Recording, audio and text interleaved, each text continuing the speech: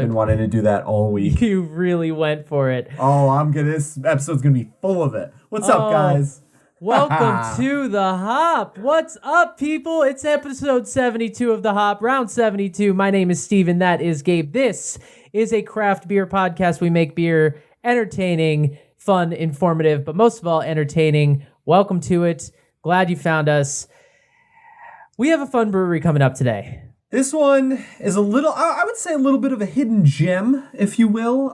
It's part of an estate, literally. Mm-hmm. It is a winery, brewery, distillery, cidery, all in one. Mount Hope out of Lancaster, Pennsylvania, Manheim to be exact. And we are drinking none other than Swashbuckler Brewing Company. Yar!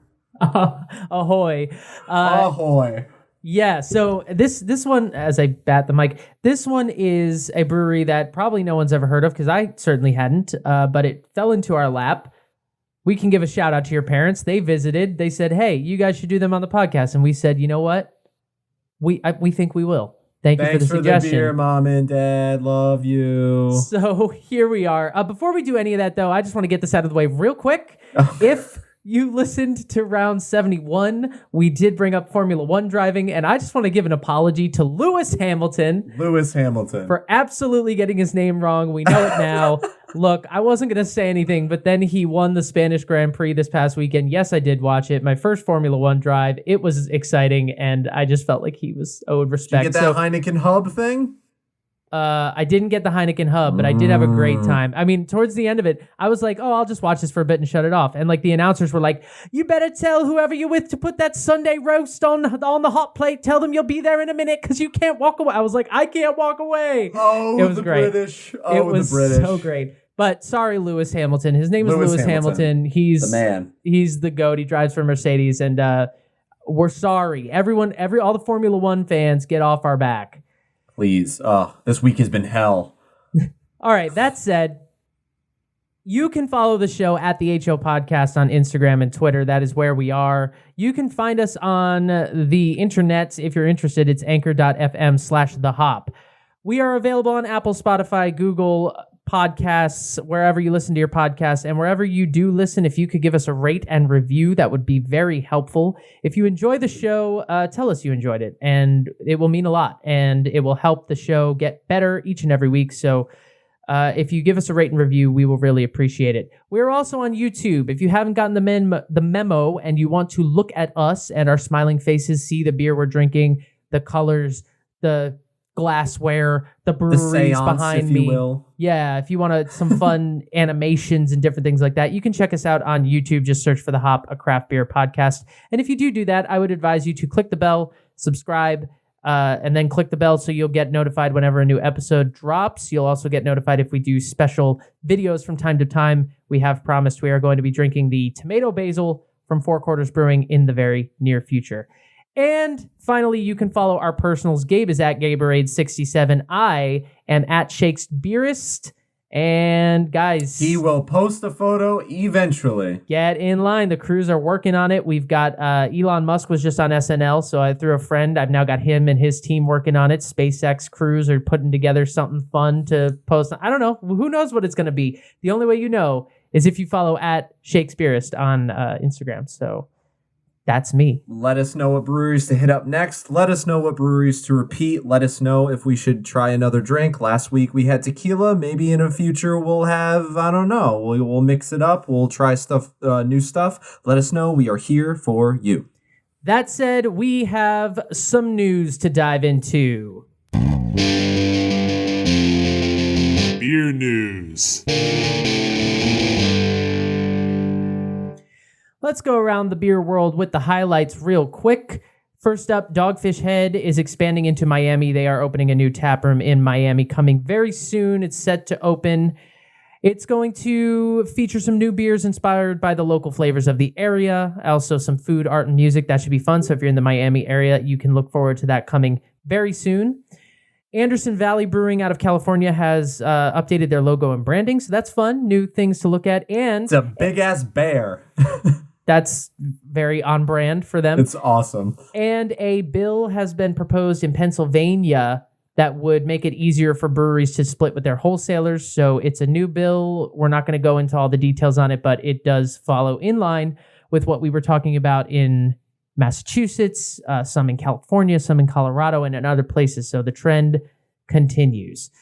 First story for us, we record generally on Mondays. This happened, I believe, last Thursday, so it didn't make last week's show, but it did happen last week. Anheuser-Busch, AB InBev, the CEO is stepping down as of July 1st. Carlos Brito, he will step down as CEO after 15 years in the position and 32 years at the company. The board of directors unanimously appointed Michael Ducaris to succeed him. Mike is currently the president of the North America zone, so he's going to follow Carlos's footsteps and take over as CEO. And they will announce a new president of the North America zone shortly. Both of these gents, Brito and Ducaris, are heavily experienced leaders for ABI. Their resumes speak for themselves. Brito helped build the company into what it is today, acquiring a lot of international labels, turning it into a real global brand, pushing non-alcohol drink categories, alternative drink categories, such as the Bud Light Seltzer or the Cacti that we had last week, and so much more. So he's responsible for a lot of that. Honestly, if you look at their resumes side to side, it really seems like Ducaris is just going to be more of the same. They're pretty similar, and they're both Brazilian. They both grew up in Brazil. Weirdly, They both have years and years and years in at AB InBev, and so I don't foresee a whole lot of change coming for ABI. So if you like what ABI is doing, fear not. Nothing will change, but it is news worth mentioning. So best of luck to Mike and Carlos. Thank you for your contributions to the beer world in the form of macro beer. In the form of ABI. Yeah. Oscar Blues is coming out with a new beer. It is called Smash for Stash, 6.9%. It's a Sabro infused single malt and single hop IPA. The reason why it's important, a portion of the proceeds from the sale will benefit Stash Strong. It's an organization that helps raise funds for brain cancer research. Now, the month of May is Brain Cancer Awareness Month. So Oscar Blues is getting together along with many other breweries. I believe over 150 other breweries are joining in on this, making the beer and donating to a great cause. The Smash for Stash will be available on draft and in 6-packs of 12-ounce cans starting May 1st. So it's already out there. So go get it. Like I said, all the benefits will be for Stash Strong. It's a charity devoted to raising funds and awareness for brain cancer research. Oscar Blues has supported Stash Strong since 2018, and they're very proud to participate again, along with other craft breweries in the nation. So, beer for a good cause. Like we always say, this is what we love, and who knows, maybe drinking will help improve a charity or two. There you go. Yeah, so look out for, I love the name. It's like Smash for Stash, and it's like Smash, like single malt and single hop. It's like a nice little play on, fun. And the can art is dope. It's got a mustache. Who doesn't like a nice mustache? Bob Ross approves. Check mark. Sure does. Da-da-ding. Finally, Hop Butcher for the World. That's the name of a brewery. They are taking over Half Acre's Lincoln Ave facility. So the Lincoln Ave brewery that Half Acre owns, they are selling it to Hop Butcher for the World. The deal is expected to happen in October, so it's just an announcement at the moment. And it's kind of been a long time coming. Half Acre purchased a newer, bigger location in Balmoral, so they're going to be moving. These are places in Illinois, I believe. Illinois. Chicago area. Yeah. So Hop Butcher is currently in a location in Darien, Illinois, but moving to Lincoln Ave will give them more of a stronger presence in the more centralized Chicago area and also allow them to expand a little bit. Meanwhile, Half Acre is planning a send-off for the brewery, The Space. They're collaborating with Hop Butcher on a series of beers. They're making it festive and fun. If capacity restrictions allow, re-COVID and whatnot, they are hoping to have the place pumping on July 4th and maybe have the public in there gathering to raise a glass, pour one out for what was and what is to come. So it's fun. It's fun to see breweries making moves, and it's always fun to see breweries making moves. And half acres growing up. Hop Butcher for the World got their hand-me-downs. You know what I mean? But it's like the middle kid, because like Hop Butcher is moving into like the medium-sized space. Like they're not half acre yet, but like they're getting some nicer clothes than what they were wearing. Because mom's gonna take that to downs. They're gonna look fresh at dinner time. That Darien location's going to Goodwill, but like this Lincoln Ave one is like, it's a hand-me-down, but it's nicer still. It's nicer still. Yeah, and they're also brewing together, and that's really cool, and we love collaborations like that. So, Lord knows what they're going to make. Exciting. Yeah, it should be fun. So, that's the beer news. Yes, sir. You got a toast or what? You know I have a toast. Damn straight you do. Here's the thing. I haven't tested this music. I don't know how it's going to work. Uh-oh. Oh, no. I just played it. And it might be weird, but whatever. It just seemed pirate appropriate. All right, ahoy, folks. Listen, in the words of the great Captain Jack Sparrow, the problem is not the problem. The problem is your attitude about the problem. So with that, we are raising glasses to piracy, to seafaring creatures, to seamen far and wide. Any damn fool can circumnavigate the world sober. It takes a really good sailor to do it drunk. And so we're raising a glass to drinking on the high seas. Here's to the ship that goes, the wind that blows, and the lass who loves a sailor. Here's to tall ships, here's to small ships, here's to all the ships at sea. But the best ships are friendships. Here's to you and me. Drink up, me hearties, yo-ho! Yo-ho, yo-ho. I don't want to shut this off. I'm really into it. It was the wink. You winked at me. I know. I got it. I know. I saw you laughing at me. Oh, you know what? I think that music kind of worked. I was nervous about it. It was a little aggressive. It was a little epic. I think it's what we needed for this episode. And, if we're quoting Jack Sparrow, we don't need pirate beer to quote Jack Sparrow. I'm just saying, but that's just me. Oh, that's true. I looked through a lot of them, and I mean... I almost watched the movie today in honor of what we're about to do. I love how in the beginning all of our toasts were like, drink to you and me, and now it's like, all right, theme appropriate, pirate. It's very intense. Yo-ho. Awesome. Well, I'm thirsty. Let's do the damn thing.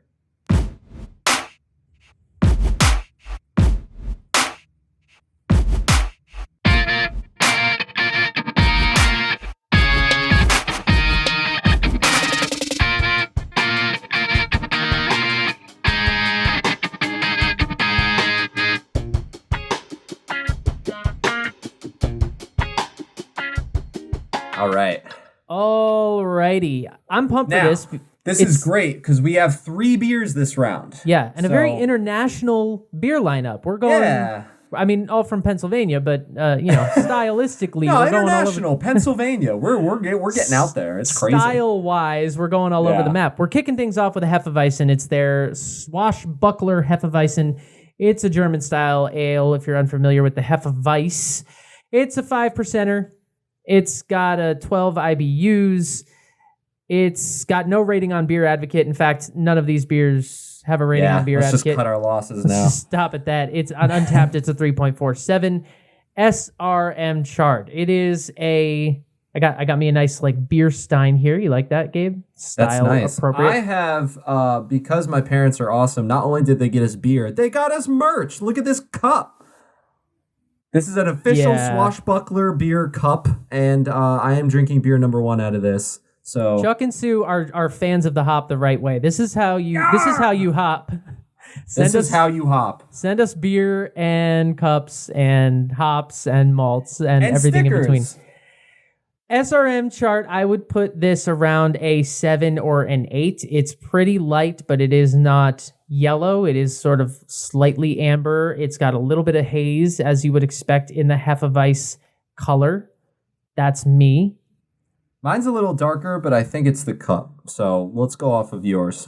Fair enough, yeah. This had a medium white head, not very much. I would say maybe a thumbnail, maybe a little more. Yeah. Not much retention. And it went away quick. and no real lacing either. It kind of is pretty still in the glass, but plenty of carbonation. There's plenty of bubbles zinging up from the bottom. Ooh, so that weedy smell is right there. I mean, we got a German style, and it hits you right on the nose. That wheat, that malt, those zangy esters, if you will. It's the esters are there. The banana is there. Yeah. I would hope so. Look at this damn can. Right. It's a skull and crossbones, but the crossbones are bananas. Yeah. It's so incredible. Imagine that if you're not on YouTube.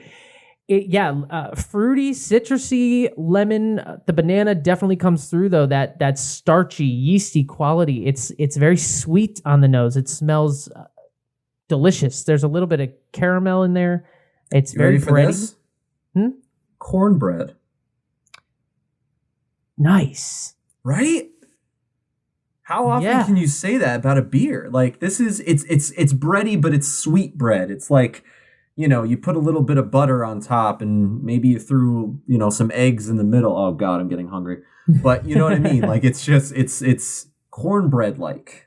I smelling wise. See that for sure. It's it's sweeter than some Hefeweizens I've had for sure. It's got that, like you said before, that yeasty ester quality that you might associate with Shock Top, Blue Moon. I always like to, put it in that macro beer category for people who may not be as familiar. But a Hefeweizen is a yeasty, weedy beer. That's what it is. So this falls in line with that, and it's. I want it. My father would absolutely enjoy this beer 100%.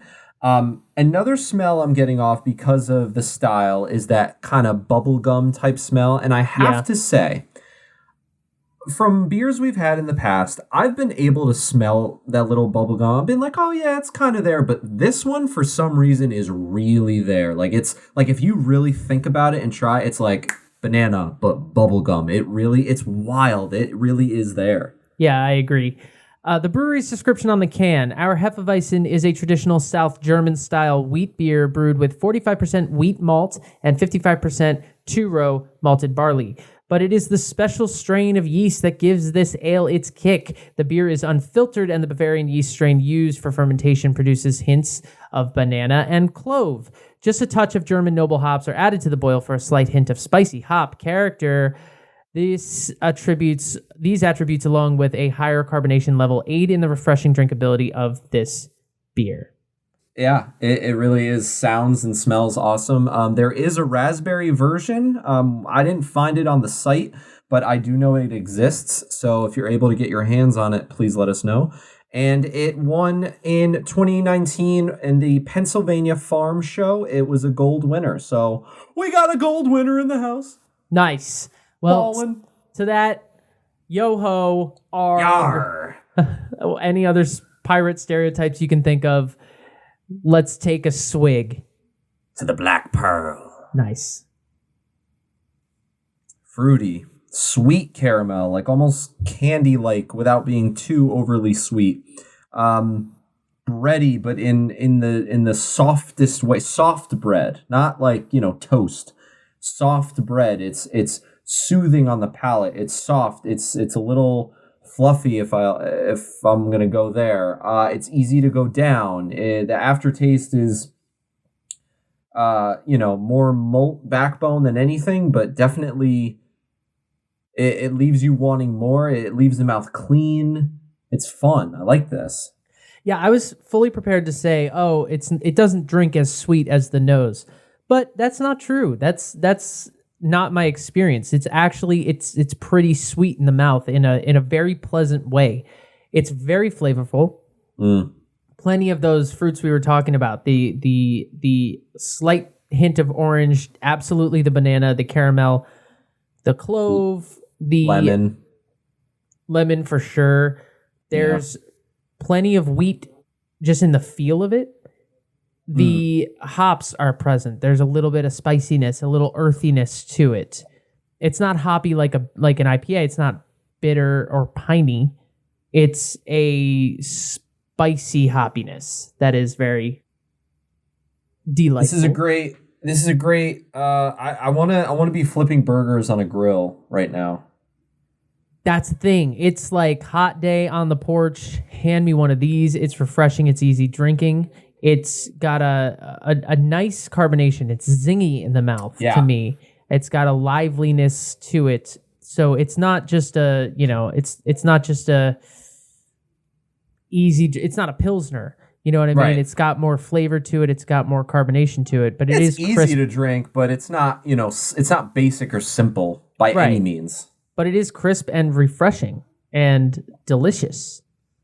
I like it very much. 5%, which is nice. Mm-hmm. That's fun. You drink a couple of these, you might be feeling something. But yeah, I really enjoy it. It's amazing how much banana I'm getting. Like even on the taste, just it's so weird. It's in a good way. It's very sweet. It's sweeter than most Hefeweizens I've had. And I don't mean that in a bad way at all. It's not cloyingly sweet. I'm not saying that there's anything extra sweet about it. Sweet is a bit of a trigger word for me after that cacti seltzer last week. Yeah, see, the second I started talking about this, I was like, candy-like. And then I went, oh, no. No. The strawberry. No, it's not like that. It hits different. But no, this is not like that. No, this is sweet in a pleasant way. It's very flavorful. It leaves your mouth, the finish is pretty short, so it leaves your mouth pretty clean and refreshed and ready for another sip. And again, at 5%, it's not gonna, it's not so light that you don't know it's there, but it's also not gonna, it's not banging the door down. You know what I mean? It showed up to the party. It's not going to do keg stands, but it showed up. It came to the party. It's not the life of the party, but it came in. Hey, man, I'm just here to hang out. I'm just chilling. Good. He wore like plain clothes. Like he's not standing out, But he talks to everyone, like everyone's friends with him. Like if this is a Halloween party, he didn't come in a costume. Like he's not the life of the party. He's too cool for that. So he's you. But I see what you did there. Weird. It's Halloween, Steven. What are you? No, I'm just me, man. It's weird to equate this to Halloween. It really has nothing to do with Halloween. It's a very good summer beer. It's perfect for right now. It's available between May and November. So if all this sounds good, hurry up, go get it. Not that we get summer weather on the East Coast because we live in a dark gray, coldy climate never. It stopped snowing. You can't bitch anymore. You're right. At least it's not snowing. Should we talk about this brewery? We should. Yes, we should. Let's talk about the mansion that is this estate. Yeah, so this is a different kind of brewery for us. This is a brewery that kind of was built to serve a Ren Fair. Ren Fair, Renaissance fairs are big in Pennsylvania and places of that ilk.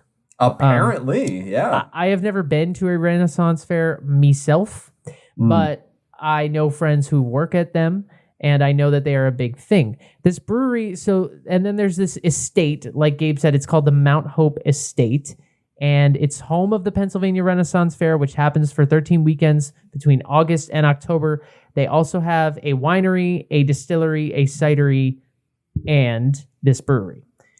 Hot damn. The company was founded in 2000, and it was originally located in a bar now known as the Anchor and Mermaid Tavern. And at the bar, they were working on a very small system, one tap, and they were providing 364 barrels total for the fair season. So for that 13 weeks, they would produce 364 barrels that they brewed for the fair. It took off. They grew. Now their fair season production alone tops more than 1,800 barrels, and they're brewing all year round, obviously. So they've grown quite a bit. They moved into a new location, and annually, I think they're doing around 4,500 barrels at this point. Yeah, they have the new owners of the estate, Scott and Heather Bowser. They're working their asses off to keep the ship a-sailing, no pun intended.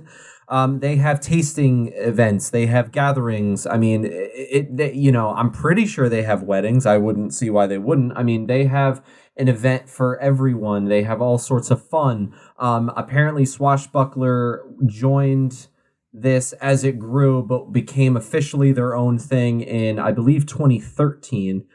They are independently craft. They are their own brand, and they're handcrafted beers all the time, as they say, of the highest quality ingredients. Damn straight. So their beers can be found obviously at the brewery and also at other locations around the area. You can also get them at the Divine Swine In-Out Barbecue Restaurant. I don't know what that is. Agreed. Incredible. I don't know what that is or where it is, but I heard swine and barbecue, and I said, pour me another one. Yeah, for real.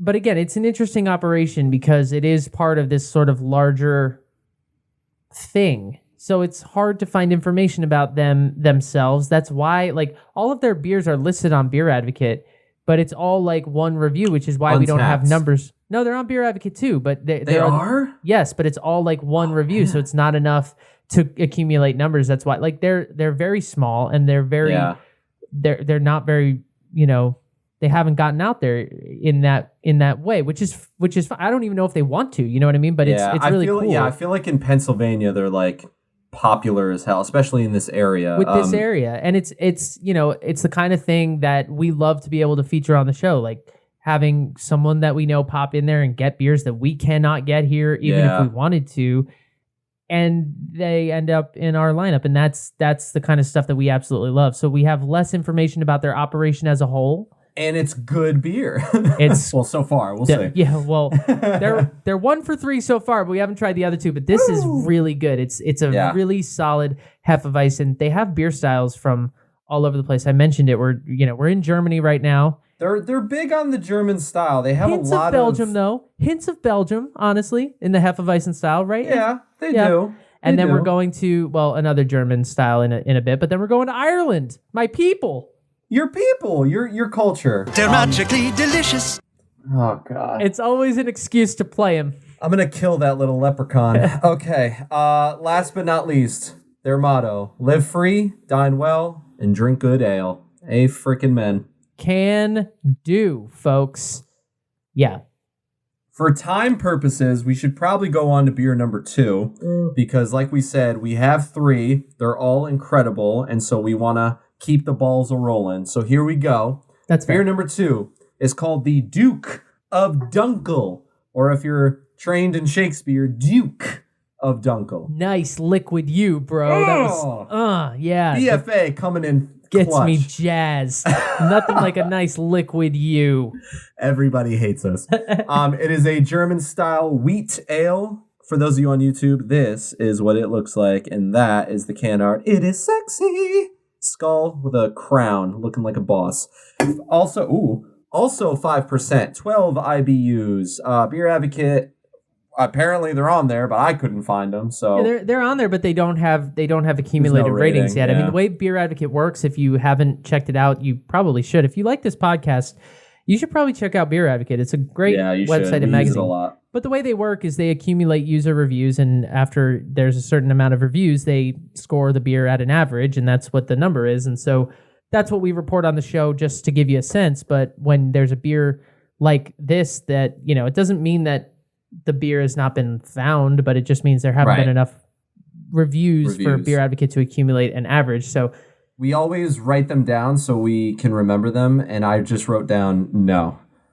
So that's what we're working with. But Untapped has a score, and it's 3.64. And the availability of this, on their website, they say it's one of their specialty beers, so it's like seasonal in a way.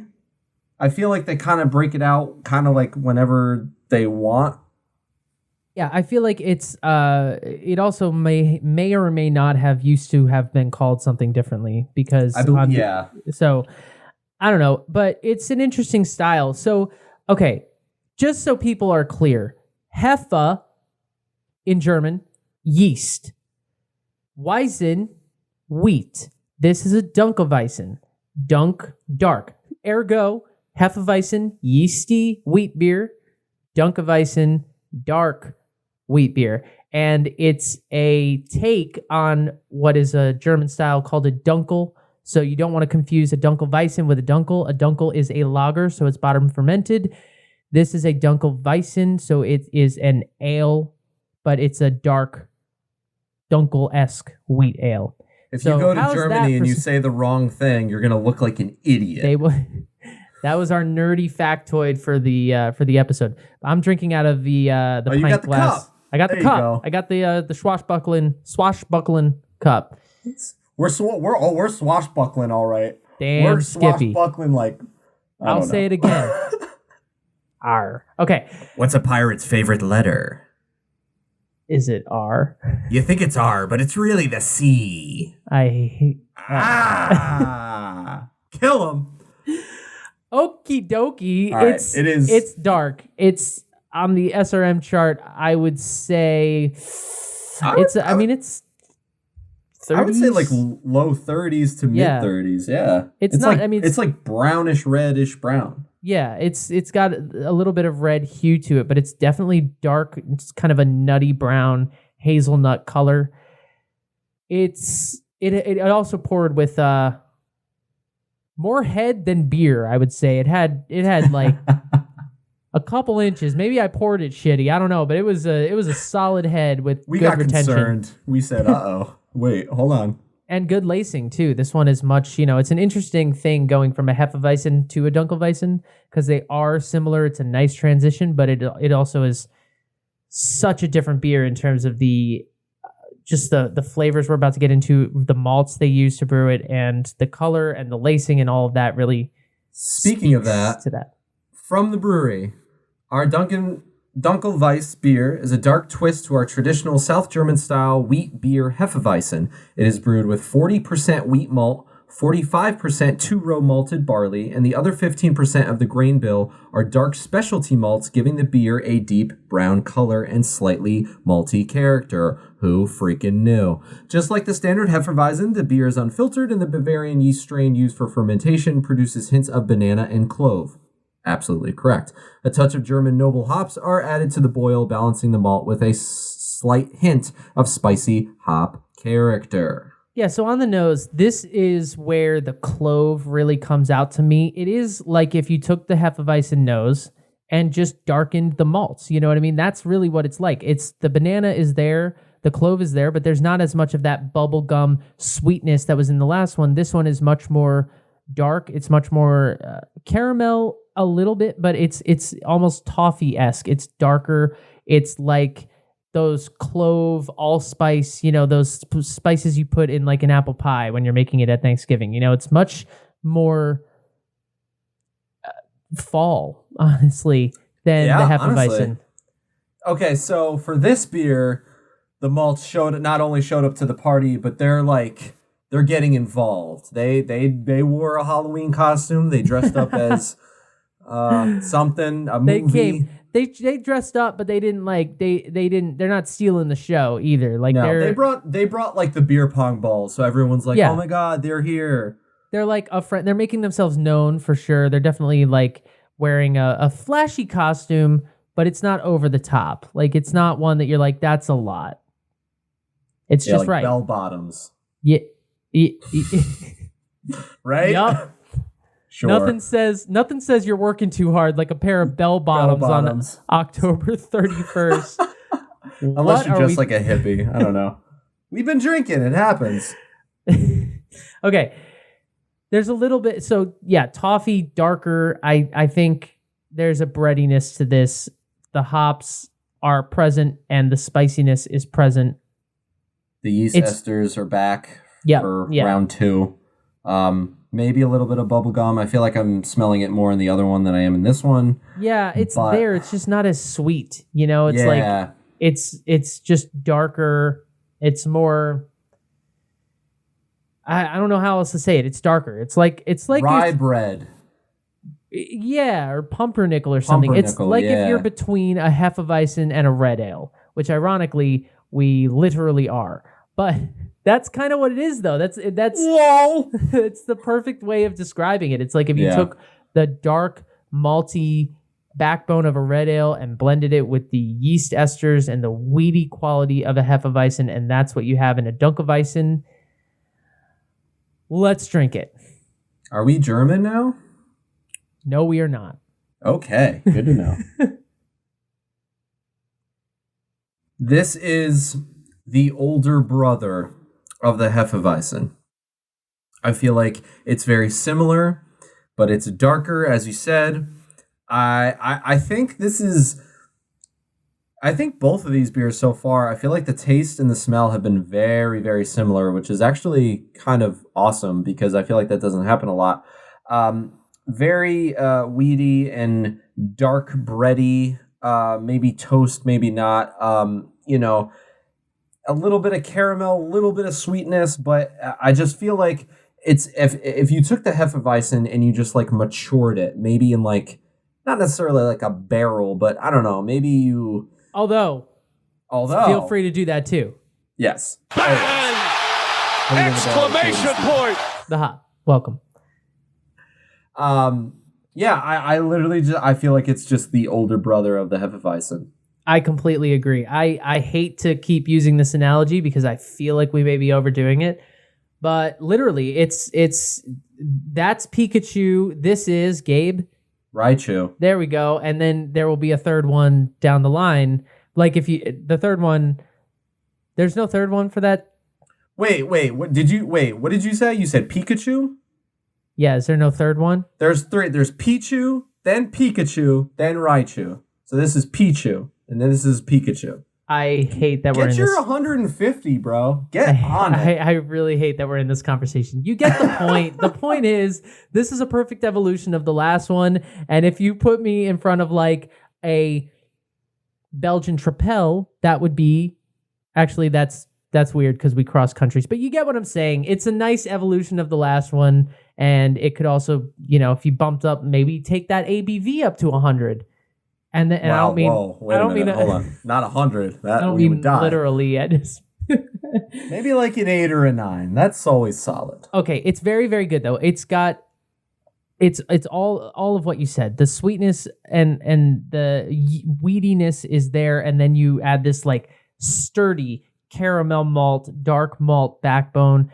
Adds a lot of toffee, adds some chocolate, and it's kind of it's this weird like ping pong to me on my palate. It's this bounce back and forth between fruity and weedy and then dark, and it's like it plays really nicely together.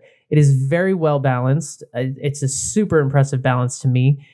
It's medium to full bodied. This one is pretty creamy, which I wouldn't say about the last one. The last one had a very lively carbonation. This one, I think, is a little bit lower on the carbonation level, and it's a little creamier, and it is refreshing, but it more is about the flavor with this one. I don't think this one's like, let me go grill on the porch. Like, yeah, definitely you not. can. No. It's also 5%, so you can. This is the type of beer where it's like the barbecue is ending. Some people have left, but the close friends have stayed. Everyone's eaten already. The sun is setting, and you're all just sitting in lawn chairs. And maybe you're playing games, maybe you're playing drinking games, but it's like it's slowly coming to an end. Grab one of these bad boys. How many intense metaphors we've thrown out in like the last 15 minutes. Bro, we're getting so deep, bro. We've just it's become a lot. Like we got a Halloween party going on. We got hand-me-downs being given to kids. We got a Pikachu Pokemon situation. We got there's a lot happening. What's round 72 about, bro? We have no idea. I don't know. They're pirates. It's off the rails. Oh, this is very good. I really like it. I think it's just. I think calling it the older brother to the Hefeweizen is the perfect way of putting it. It is all of the sweet, weedy, yeasty things that you love with some darker malt flavors, a little bit more body. The ABV is exactly the same. So take your pick. If you're one who's really into flavor and you like your flavor to be a little bit more bitter, if you like, burnt food, if you like those darker, roasty flavors, reach for the Dunkel. If you like sweeter things, reach for the Hef. It's kind of two of the same bag. Yeah, you can't. I feel like so far you can't go wrong with either of these. Yeah. We have a third beer. I suggest we grab it. That way we're not keeping people here for 2 hours as much as we would love that. Fair enough. All right. But beer number 3 Let's get it. Yeah, so number 3, we're going Irish, which means I get to play him again. You know I love They're to play magically him delicious. when we go Irish. Yeah, we're doing the Red Beard's Irish style red ale. It's coming in at 5.4%. It's got IBUs at 20. Untapped has it at 3.42. This is a year-rounder. It's one of their flagship beers. Hell yeah, it is.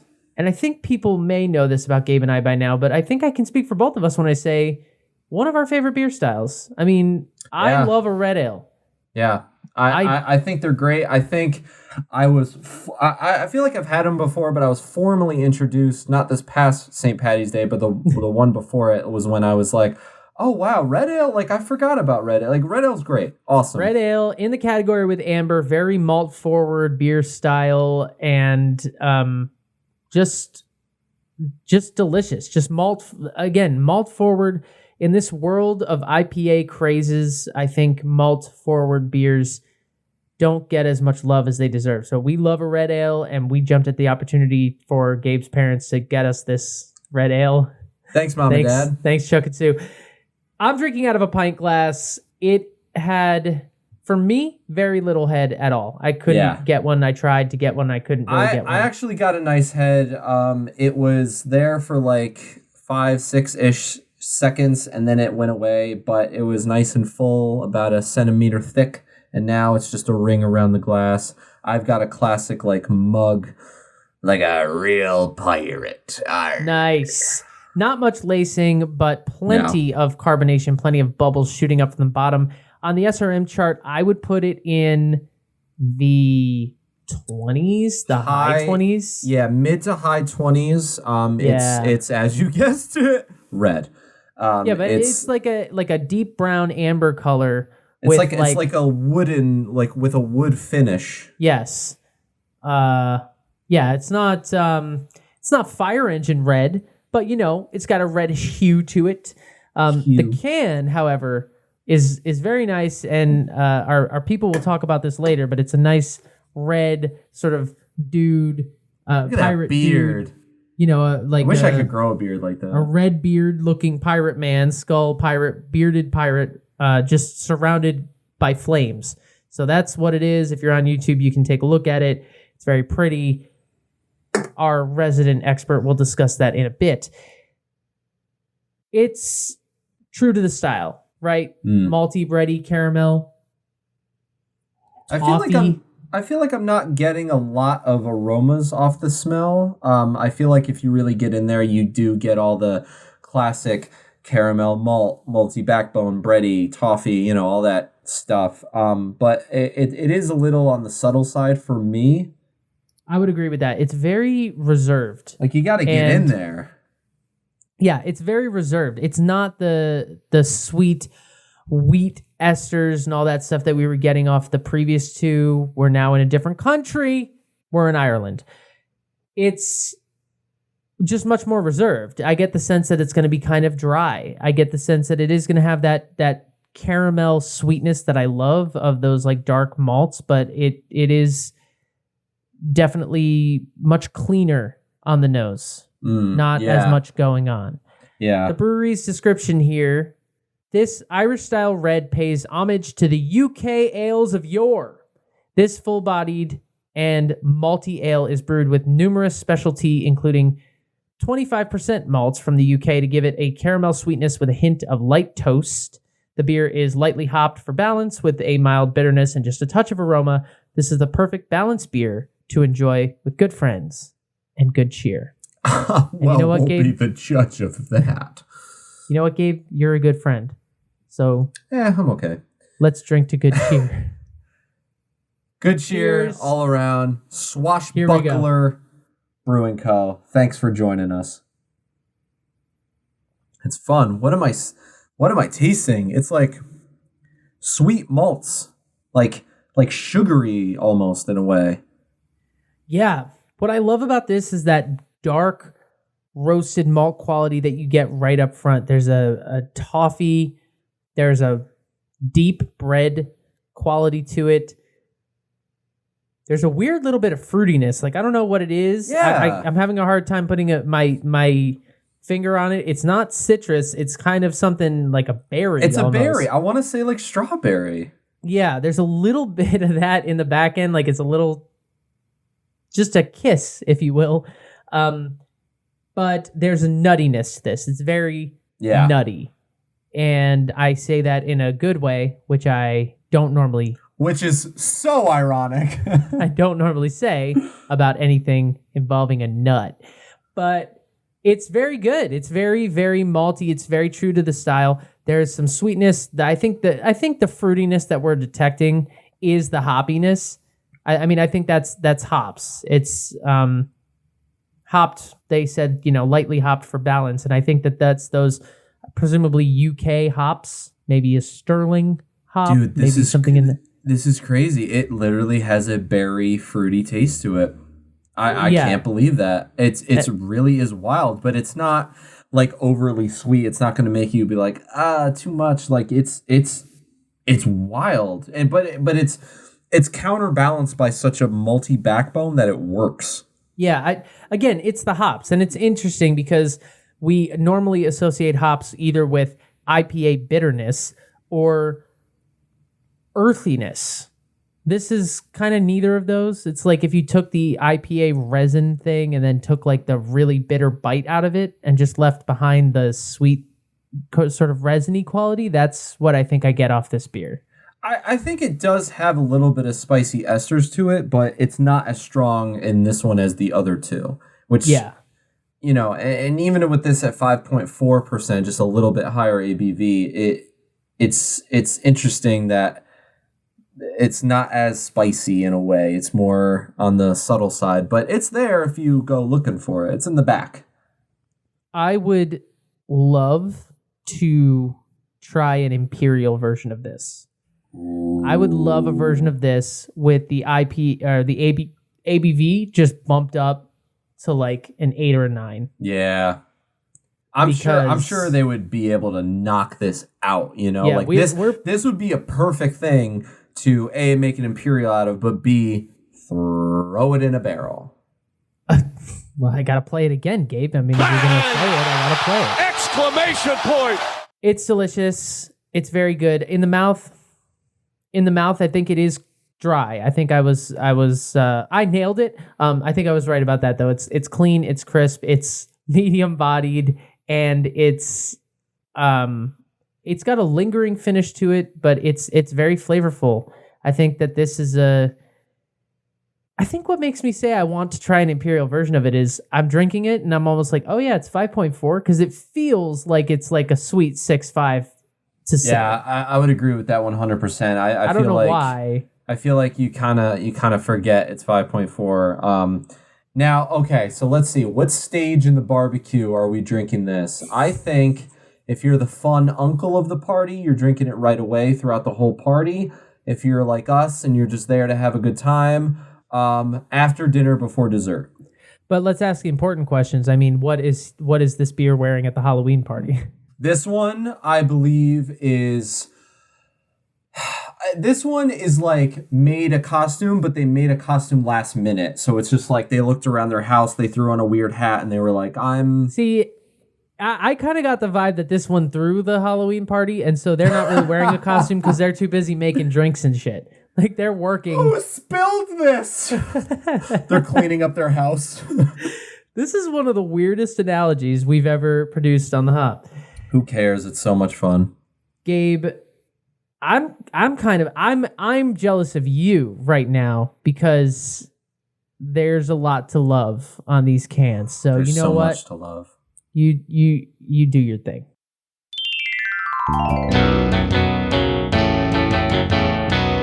Can Art and Crafts. Yahoy, me mateys, and welcome to another edition of Can Arts and Crafts. Yahoo! All right, I won't do that the whole time. I did think about it, but let me just cut my losses here. We're going to go in order like we always do. The Hefeweizen. So for all the cans, the name is listed very bright, big letters, and, you'll be able to read what it is. But then, ba-bam! you get a skull and crossbones, and the crossbones are the banana. Blue and yellow colors, #Chargers. So obviously I'm going to love this can. How could you not? The skull is big. It's detailed. All of the artwork on all of the cans is so detailed. The skull is their main target for all of the cans. They all have it in different versions. One of the beers, the skull is wearing a hood and he looks like an assassin. It looks incredible. But the Hefeweizen, skull and crossbones, bandana on the top, banana for the crossbones.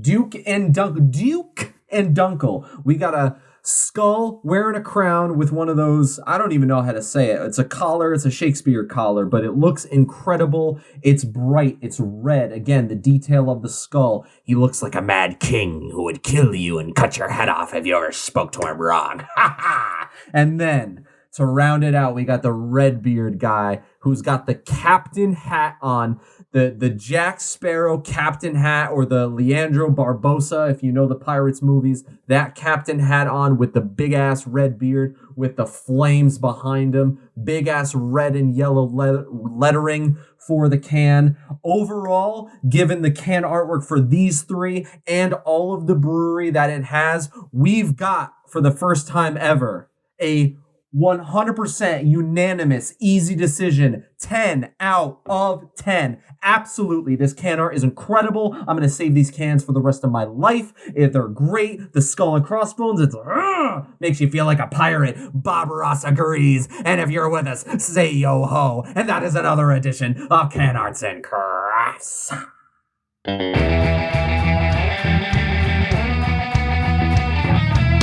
Hold everything. Hold everything. Who the fuck is Leandro Barbossa? That's his name in the movie. Leandro? I'm pretty sure, yeah. No. Look it no up. way. Look no. it up. That's not, no. What movie did that come up in? Because admittedly, I didn't see 4 or 5. But No, Leandro? it's Jeff Daniels.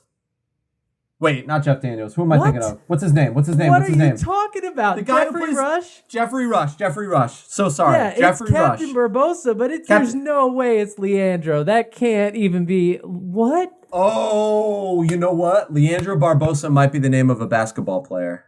Leandro... Oh my God. That might be it. I know it's Captain Barbossa, but I thought it was Leandro. That might be a basketball player. I'm so sorry if I got that wrong. Oh my God. I was like... No, that can't be... No, that's so wrong. Like... So what's his first name then? Who cares? It's not even... care. No, Leandro Barbossa might be a basketball player now that I think about it. No, he 100% is. I'm looking at his Wikipedia page right now. Oh, okay. Well, there you go. That's a basketball player. Okay, so that's where I went. Okay, Captain Barbossa, Wow. whatever the hell his name is. I don't know. Who cares? Oh my God. Okay. That was fun. Real quick, let's rank these beers. I don't know where to go with God. this. Yeah, It's really hard because I would give. I think I'm gonna go in reverse order. I'm gonna go Red Ale 3, Dunk 2, Hef 1, which I would never ever think to do. Interesting. But I really was just taken by the sweet flavors on that Hef, and I think it was really nicely done. So well done, Swashbucklers. I'm gonna do Red 1, Hef 2, Duke 3. Just because the flavors were just a little bit better in those other two, and the red is just insane to me. So that's what we got. So if you're not into these, just real quick, there are some other options there. Plenty of things on tap. They have a Belgian-style quad, which is kind of what I was mentioning a desire for earlier. They have some IPAs. They got some juicies, because who doesn't? They have a Holly Jolly Roger, which is a seasonal... It's very pirate ship-like theme. It's really awesome. It's an 8.5% barley wine, and I love a barley wine. And they also, I know on tap somewhere, it's seasonal, but they got one of them wee heavy Scotch ales, which is like my favorite thing to say. Wee heavy. So, my favorite beer that stood out to me was the Neptune's Imperial Oatmeal Stout, a 9.5%. just godlike beer. It looks incredible. The logo is literally okay, going off of the Pirates movie, the octopus guy.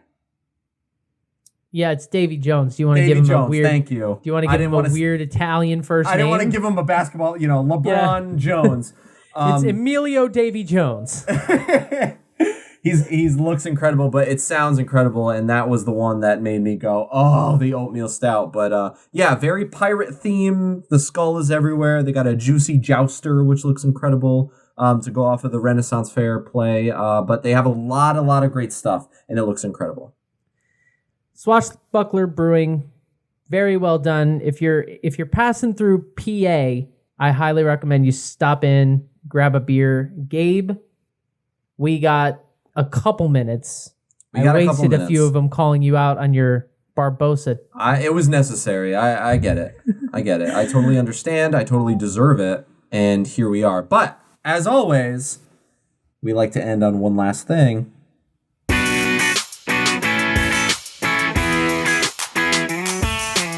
Last call.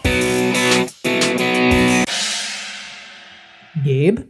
Our fun topic this week is a fun one in the matter of a friend kicking another friend in the balls. So, our story comes to us about a man. His name is Chase Friedman. He is 25 years old. He was severely injured during a freak accident. He slipped and fell, injured his spine. Doctors told him he would never walk again. Very sad story, but it gets better. His buddy, Dan, said to Chase, he made him a promise. He said, to inspire him, to give him motivation, he said, listen to me. If you walk again, I will let you kick me in the balls. Well, looky here. Turns out that's a motivator. Turns out that works. Couple months later, Chase, after some therapy and after a lot of treatment and what have you, starts walking again, used the motivation, and is all well and good. So what his buddy Dan said, I made a promise, let's do it. They made a video, threw it on TikTok, and the video starts with Dan going, hi everyone, I'm Dan, and I'm about to get kicked in the balls.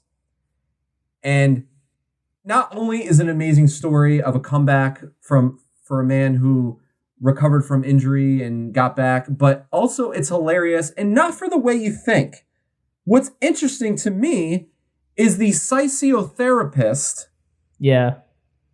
Who this is directly from the article, tailored his recovery to the task at hand. She said, and I'm quoting, when Chase told me he wanted to kick his friend in the balls, we had to take a very strategic approach. We worked on the right leg and the left leg to figure out which leg was stronger, and clearly the left leg is the one for the job. His left leg was way more force than I was expecting. What? You're telling me this guy is recovering from surgery, he may never walk again, and this physiotherapist is like, yeah, I don't know, there's just like nothing we can do. Well, my friend told me if I recovered, I'd kick him in the balls. Get this man into surgery. We got to get this guy. Let's do this. We need to make this dream come true. That is hilarious. Can you say her job occupation for me one more time? Physiotherapist. Am I saying it wrong? Does it not say physiotherapist? Do you not see a PH? I missed that completely. Okay. I was saying it, and I was like, I don't know what job this is. Listen, your parents are the one in the medical field. I just want to make sure. I just wanted to see if maybe I missed something. Physiotherapist. Okay, got it right. I've been drinking. Leave me alone. Anyway, she tailored his recovery to this ball kick, and it's pretty spectacular. Gabe, oh my God, don't ask me this. God forbid. But if I ever had this happen to me, would you motivate me with a kick to the ball? Would you let me? I'd motivate you with something else. I'd probably be like, listen, I'll do your taxes. Like, I don't know. A kick in the balls, like I don't think his friend thought about it. Like miracles can happen. I think it says a lot about his friend's belief in his other friend's recovery. I think Dan didn't believe. And Seriously? Chase called his bluff, and Dan was like, he's not going to kick me in the balls. Dan went to their other friends and was like, I gotta be honest, I really didn't think he was ever gonna walk again. Oh no. Oh no. I hate to admit this, but I really thought I was pretty much in the clear on that. I just, oh man, but I thought I was being a bro, and I really thought I was just fine. nah, bro, you can kick me in the balls. Psh, this guy. Hey, I'm all better. If you read, shit. I haven't been able to locate the video to watch it. I don't know if you have, but if you watch he apparently Dan just like hits the floor and is just going, oh, left. It was the left one. He nailed the left one. That would be his left ball. Oh, left. Yeah. Apparently, the physiotherapist, because I know how to speak, right? I just can't believe like they take that into consideration. Like I feel like in the medical field, my first thought would be like, I want you to walk again. This lady was like, oh, you want to kick your friend in the balls? No, I got you. Let's do this. I'm right with this lady. I would be right there with her. I'd be like, what gets you out of bed? Sure, you want to kick someone in the balls? Let's go. I don't care. You want to punt a puppy? I didn't want to finish that sentence. I didn't mean it. Oh Listen, whatever gets the dude out of the bed. I didn't mean that though. I don't condone that at all. No puppy punting. Not here. Did you hear me like start the joke and then like decide I didn't want to tell it anymore? Once but it I was heard too late. pup, I was like, oh. Well, I thought about other animals. All right, forget it. We love animals on the show. Yeah, I mean, if you're gonna motivate yourself and have a bro, I feel like okay. To be honest, I would say to you, I'd be like, listen, Steven, you can kick me in the balls, and then the second you could walk again, I'd be like, get the hell away from me. I didn't mean any of that. I'd be like, I'm so glad you can walk again, but like, let's go get a beer. We don't need to prove this to anything. That's fair. Well, I mean, yeah, that makes sense. I also feel, but Dan, we should say this because this is an important part of the story. It was Dan's slippery ass bathroom floor that Chase slipped on and caused this whole thing to begin with. So that's a compounded. I mean, this isn't just him being a bro. This is him feeling bad because he didn't mop up his floors right. Yeah, so I guess it kind of makes sense. It's like, well, at least you owe him a kick to the nuts. I mean, you owe him that much. I mean, you almost paralyzed the guy. Now that changes everything. If I walked into your apartment and I slipped and fell and I ended up in, Mount Sinai for 3 months, unable to walk. I'd probably blame you. I'd be like, you did something. Well, I'm kidding. All right. Also, the article mentions that this all happened on New Year's Day. I don't know why that was important, but now you all know. Yeah, I mean that's it gives us a sense of time frame. Don't question the journalism, Gabe. I don't ask me. I don't know how to pronounce physiotherapist. Who am I to talk? I ain't saying shit. And you think Captain Barbossa is named Leonardo? Leandro. He's a basketball player. Whatever. It's still weird. I got confused. It's just the most Gabe thing to ever happen. Like you just mixed him up with a basketball player, and it's appropriate. It really is. We got to get out of here. People hate us. We do. We have to go, guys. So yeah, Swashbuckler Brewing. You probably can't get their beers unless you're in Pennsylvania. But if you are driving through, Pennsylvania is very hard to avoid if you're coming anywhere near this part of the country. So I suggest you swing into Swashbuckler Brewing and grab some of these beers because they got beer styles, ales, lagers, styles from all over the world, and they do them really well. So go visit the estate, take a photo, and send it to us. Let us know how awesome that place is because it looks incredible. Like, follow, subscribe. Let us know what you think. And if you're new here, we have 71 other episodes out. You can check them all out. So go ahead and take a listen. And we'll see you next week for round 73. Drink good beer. Be kind to each other. Love each other. Peace out, guys.